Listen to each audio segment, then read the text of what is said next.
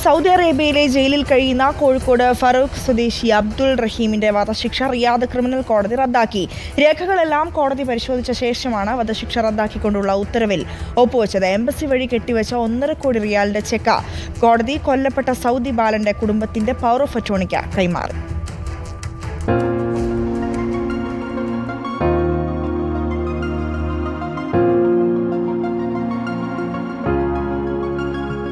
$34 കോടി ശേഖരിച്ച ശേഷമുള്ള കാത്തിരിപ്പിനാണ് വിരാമമാകുന്നത്.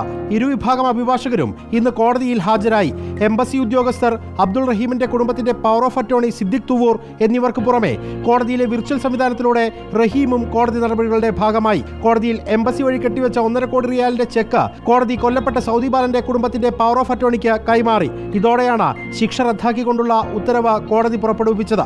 നേരത്തെ ലോകത്തിന്റെ പല കോണുകളിൽ നിന്നായി ക്രൗഡ് ഫണ്ടിങ്ങിലൂടെ സ്വരൂപിച്ച 15 മില്യൺ റിയാൽ ദിയാദനം റിയാദ് കോടതിയിൽ എത്തിച്ചിരുന്നു. 2006 നവംബർ 28-നാണ് സൗദി പൗരന്റെ ഭിന്നശേഷിക്കാരനായ മകൻ മരിച്ചത്. തുടർന്ന് 2011 ഫെബ്രുവരി 2-നാണ് റിയാദ് ജനറൽ കോടതി അബ്ദുൾ റഹീമിന് വധശിക്ഷ വിധിച്ചത്. കോടതി ഉത്തരവ് പുറത്തു വന്നതോടെ ഉടൻ റഹീമിന്റെ മോചനം സാധ്യമാകുമെന്ന പ്രതീക്ഷയിലാണ് കുടുംബം.